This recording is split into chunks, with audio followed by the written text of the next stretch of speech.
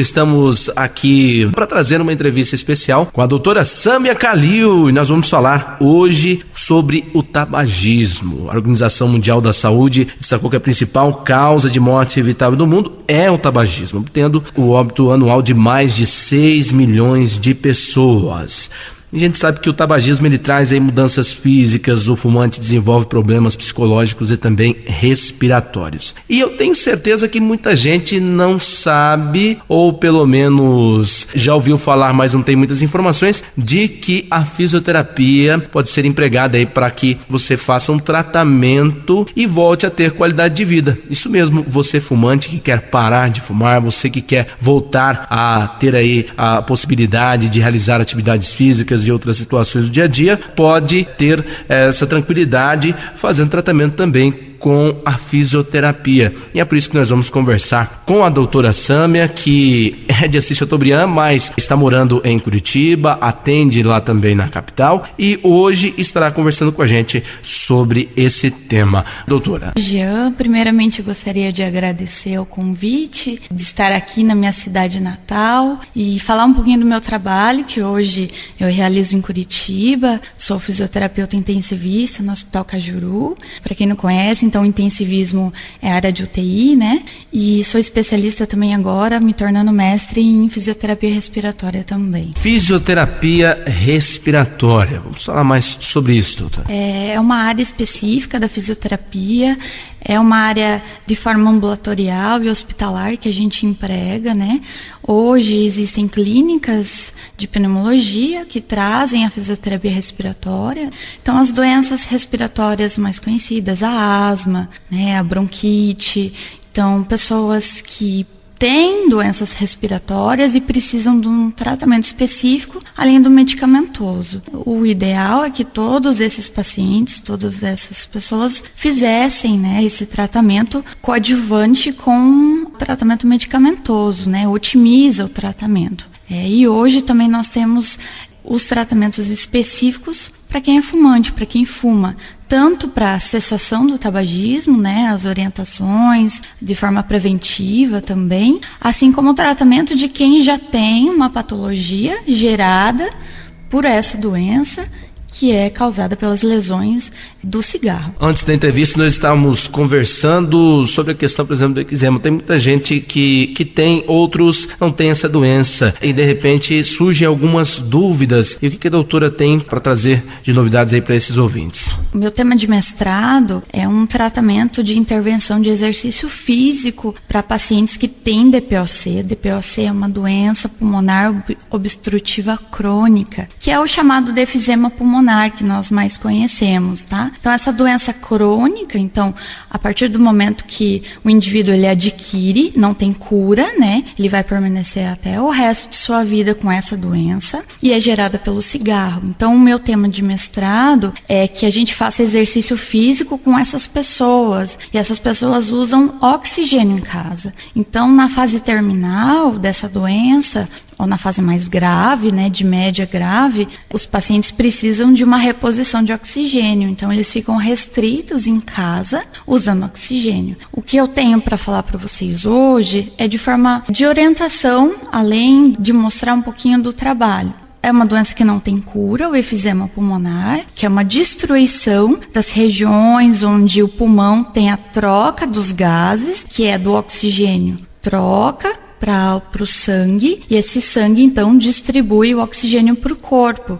Então essas pessoas perdem essa capacidade de transporte, então por isso que elas emagrecem, elas não têm mais apetite, perdem fome, né? Esses pacientes não têm condições de atividade física, não fazem até as atividades em casa, então são pacientes que ficam restritos ao leito, ficam mais na cama, não saem mais de casa, por causa dessa dificuldade de transporte do oxigênio para o corpo. Então, eles usam o oxigênio em casa e muitas vezes isso mesmo assim não é o suficiente para manter as atividades normais de vida. Então, a proposta é exercício físico em casa, que é o que a gente faz lá em Curitiba, com todos os pacientes que usam oxigênio. É a única forma de tratamento hoje que tem uma melhora de funcionalidade. Então, que a pessoa volte a fazer aquilo que ela fazia antes. Além do tratamento medicamentoso, que é extremamente importante, né? Que o pneumologista vai passar e tem que ser de forma muito criteriosa fazer uso dos medicamentos. Tem que ter esse cuidado especial usando os medicamentos da forma que foi passado corretamente. O que essa fisioterapia, né, respiratória contribui para esse paciente? Os pacientes com a fisioterapia respiratória, que são técnicas de respiração, uma respiração perto do que é fisiológico, do que todo mundo deveria fazer, do que nós, pessoas saudáveis, fazemos. Então, o paciente aprende a respirar de forma que ele se sinta mais confortável. São técnicas que ele aprende de higiene brônquica, porque essa doença gera um acúmulo de secreção no pulmão, que é o catarro, né, de forma em excesso. Então, a gente ensina o paciente a tirar essa secreção em excesso, ajudando ele a respirar melhor. Nós temos também as orientações na fisioterapia respiratória do uso das bombinhas, né, o uso correto das bombinhas, que é o tratamento então medicamentoso, coadjuvante, e o que é o mais importante, que é o carro-chefe da fisioterapia, é a fisioterapia motora, é o exercício físico, né? Então, existem protocolos para pacientes que têm DPOC, que têm efizema pulmonar. Esses protocolos são exercícios específicos para essas pessoas, de forma em que a gente faz uma avaliação inicial. Então, paciente na clínica, até mesmo em âmbito ambulatorial no hospital, ele chega pra gente, a gente faz uma avaliação física, uma inspeção, palpação, e através disso a gente consegue trazer os protocolos para a vida dessa pessoa. Então, a gente ensina exercícios físicos que eles possam fazer sozinhos, e também tem um tratamento que a gente faz, o exercício na clínica ou até mesmo no hospital.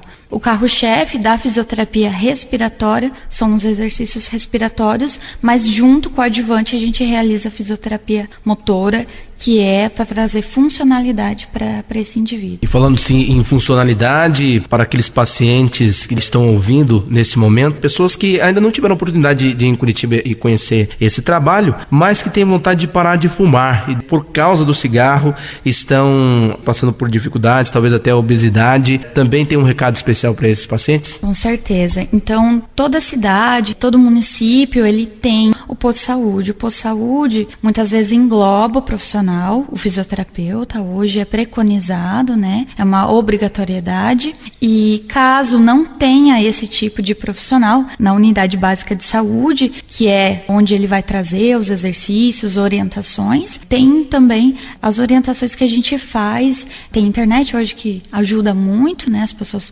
podem procurar, e os profissionais específicos, né, as clínicas de fisioterapia, em que com certeza esse profissional vai ter muito o que acrescentar, né? Nós temos o Pilates hoje, que é uma técnica que está em alta, né? Todo mundo conhece o Pilates, mas não sabe também tantos os benefícios que ele traz. As pessoas que têm patologia também, obviamente, podem fazer e devem fazer esse tipo de atividade física. A questão é procurar um profissional específico, ou fisioterapeuta, por exemplo, para que ele possa realizar uma atividade física programada e assistida, né? Que ele tenha uma orientação assistida. Quer dizer, não adianta fazer sozinho, pode até atrapalhar, né? Então tem que procurar um profissional realmente. E voltando ainda no assunto anterior, que inclusive é a tese de mestrado da doutora, a gente sabe que tem muitas pessoas passando por essa situação também, aqui no caso de Assis Chateaubriand e região. Algumas pessoas até ficam desesperadas de ver o estado do paciente. Então é uma oportunidade diferenciada realmente para trazer um pouco mais de tranquilidade até mesmo para a família. O efizema pulmonar, ele tem sintomas muito característicos, que é a falta de ar,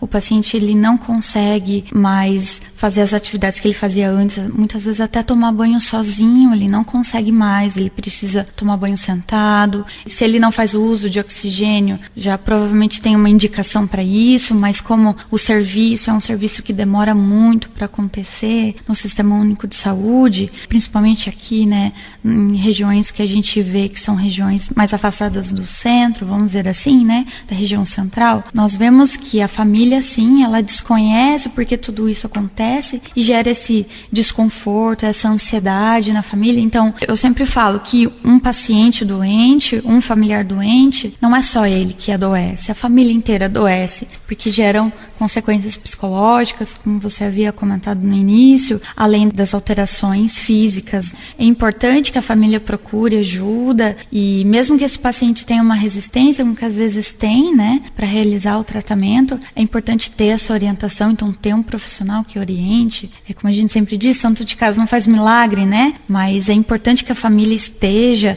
presente em todos os momentos desse tratamento. Para finalizarmos aqui a entrevista, o doutor quiser aproveitar para algumas orientações, fique à vontade. Falar um pouquinho dessa patologia, para mim, é uma honra, né? Falar, porque eu me especializo desde que me graduei nisso. E assim, para todos os meus pacientes, até aqueles que nunca fumaram, eu falo, o fumo, ele não age por si só na doença desse paciente. O indivíduo se torna doente porque é um vício e tem a nicotina que faz esse vício químico no indivíduo. Precisa ter muita força de vontade. Eu tenho na família, que é minha mãe, ela parou de fumar já faz mais de 10 anos, mas foi uma luta constante. A família inteira teve que influenciar nisso e ela precisou ter força de vontade muito grande para que isso acontecesse, além do apoio que a gente dava. Então, hoje existem várias facilidades para que isso ocorra, para cessar o fumo, para parar de fumar.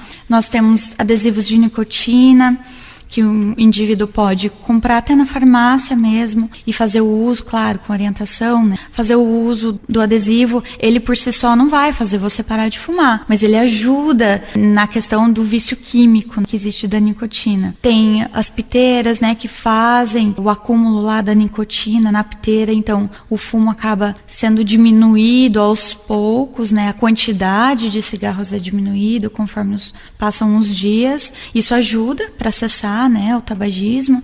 Existe daí um condicionamento a pessoa a ter menos vontade de fumar e força de vontade.